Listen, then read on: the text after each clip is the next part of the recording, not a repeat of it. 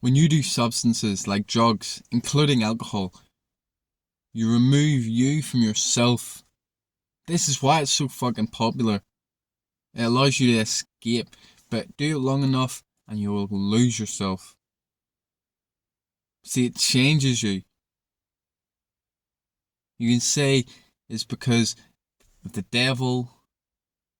You can say it changes your brain chemistry. You can say that it puts you in a low vibration. Whatever it is, it changes you. You'll do stuff you never thought you'd do. Do drugs you never thought you'd do. It's weird because it happens right in front of your fucking eyes. I remember when I first started partying and doing drugs. Of course, at first I said I'd only drink. But then, when I started going out more, I met friends who would do it more often. I said I'd only ever drink and smoke weed. Later, that turned into me saying I'd only do weed, alcohol, and psychedelics if I ever got the opportunity. Now, I didn't get the opportunity. But at that time anyway, next time, it was MDMA. Now, I specifically remember I said I'd never do ecstasy, I'd never do party drugs like MDMA. But lo and behold, the chance to do it came up. My friends were doing it. I remember they were being really sneaky about it. I thought maybe they were getting weed or something behind my back, and said, nah, it's MDMA. Or an E or whatever they said. And I said, fuck it, I want to do it. And it wasn't until after, late that night, or maybe the next morning, that I realised, oh shit, I used to say I would never do this. My brain chemistry completely changed, so when the moment came, I had no fucking problem with doing it. Of course, peer pressure played a role. But it didn't even cross my mind to think, I used to say I would never do this. Surprising, you know. And after that, I would say, I wouldn't do coke and Xanax and heroin and all that shit, of course. But guess what? Later on, I ended up doing coke and Xanax and having no fucking problem with it. I have no doubt if this continued for years and years, then I would end up of doing the things that I said I'd 100% never do, like crack and heroin. It's clearly just the progression that would have occurred. Do you think people just wake up and think, oh, I want to be a heroin addict? No, they start off with just weed and it gets worse and worse and worse. And as I said, you do things that you would have never thought you would have done. When I was at the height of addiction, I stole off my own mum to try and feed my addiction. I stole her medication to get high, and I stole money off her, again, to get high. A few years ago, before that, I would have never even thought about that. Now, a few years after, I would never think of that. But for some reason, your mind is manipulated. You're not your fucking self. You're different. You're more evil, as some would say. That's why you never fucking trust an addict. Because that motherfucker is not right in the head. At least in that fucking moment. When he gets clean, when he gets sober, he could be the greatest fucking person ever. But when you're in that loop, you don't give a fuck about anyone. Just yourself. You want to be happy, you want to get high, and that's about it.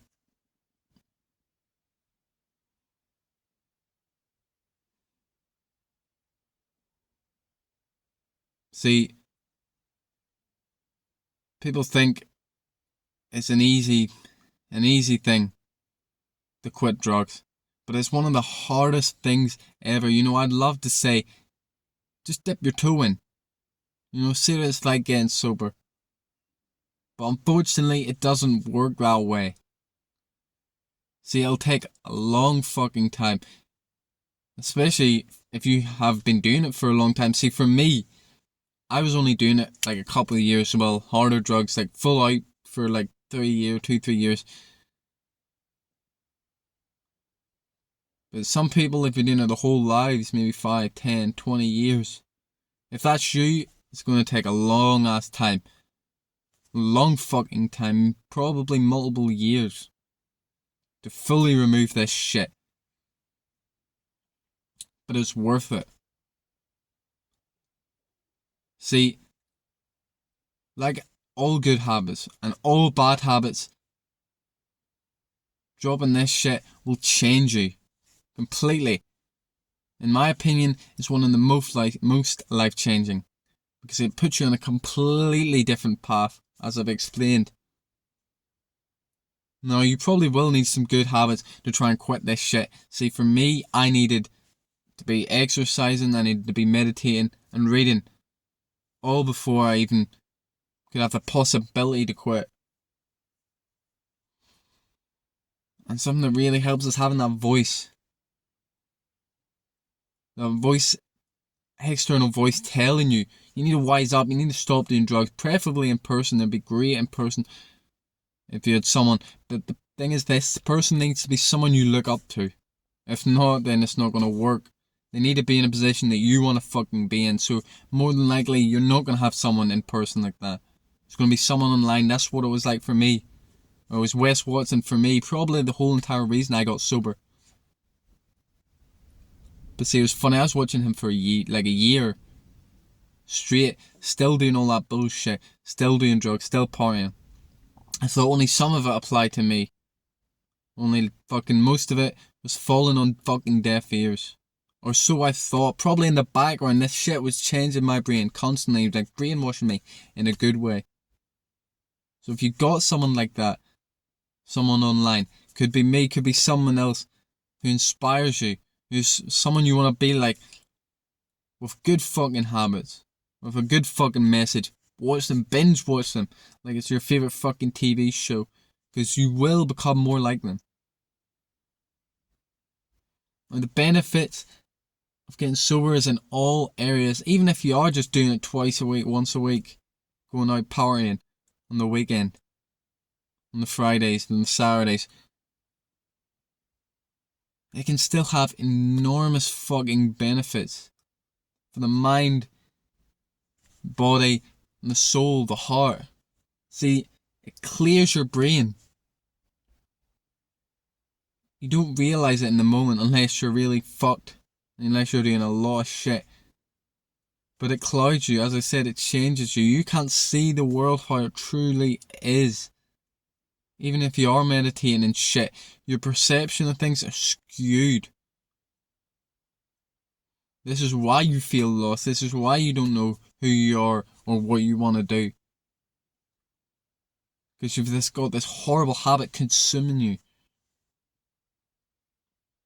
Of course, it has health benefits to your body, makes you fitter, stronger, better. When I was at the end of my addiction, I'd get all these fucking pains all over my abdomen. It was horrible. It's the stabbing pains constantly. I went to the doctor, apparently nothing was wrong.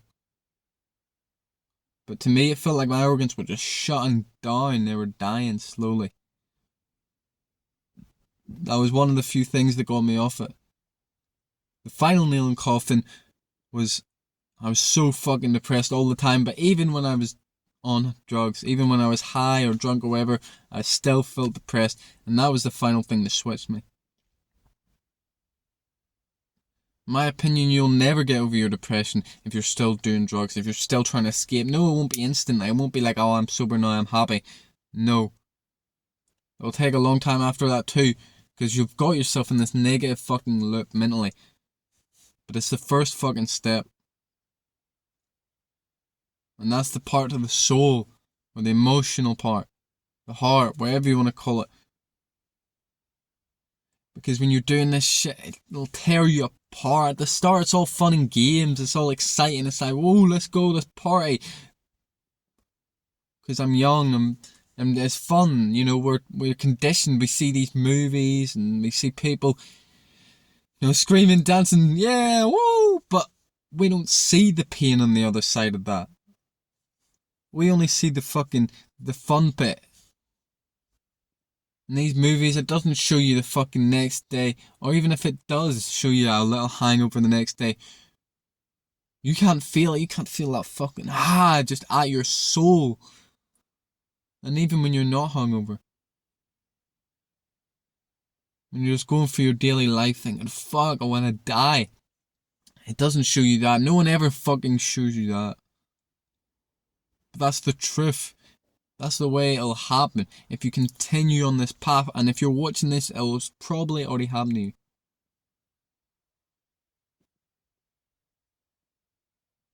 That's why you're watching it. You want to become free of this. And this is the first fucking step. As I said, this will be hard. And you will definitely need to have something else in your life going for you, whether it be exercise, like a sport, or the gym. I recommend you meditate, and I recommend you read. These are like the trifecta of getting off drugs, in my opinion. The exercise will boost your vibration, and it'll make you so fucking disciplined. The meditation will add clarity to your life so you can see when those urges arise. See that is not you, and avoid it. And the reading, it'll add joy back to your life. I remember at the end, nothing was enjoyable. Everything was so boring. So I would just sometimes just lie in my bed when I was sober, just like, what did I do? Because watching shit was boring. You know, I guess what else do you do in your house when you're that kind of person, you know? So I was just playing games, was boring, all the bullshit that most of society normally does. It was all boring. I was just sitting there thinking, fuck, I'm so bored, I want to get high. And of course that makes it worse, because when you're bored, that leads to desire, which will lead to these vices. It'll lead to escapism. Which of course, when you're young, you're doing drugs, that's what you'll go to. Maybe some people it's porn. For me, it was porn too. There's lots of different things. But as I was saying, reading, it gives you something enjoyable. Now, I know you probably don't think you're a reader. I didn't think I was a reader. It's all about finding the right fucking book. For me, the Robert Greene books were just so fucking good, because the way they were written, more than anything, more than the knowledge. And it really, like, the knowledge is good, yes, but the way he read it, because he gave these points and he attached it to a story, either from real life or from literature. I loved all of them fucking books. But just find yourself, it doesn't have to be non-fiction. It could be fiction. Find yourself a book that you really enjoy. How you know a book's not for you is if you're like just going through the motions, like not really paying attention. Of course this happens and you can go back and read, but if this is constantly happening, if it feels like a chore to read the book, go on to the next book. Just keep going. Just going through these books. You don't have to finish every fucking book you start.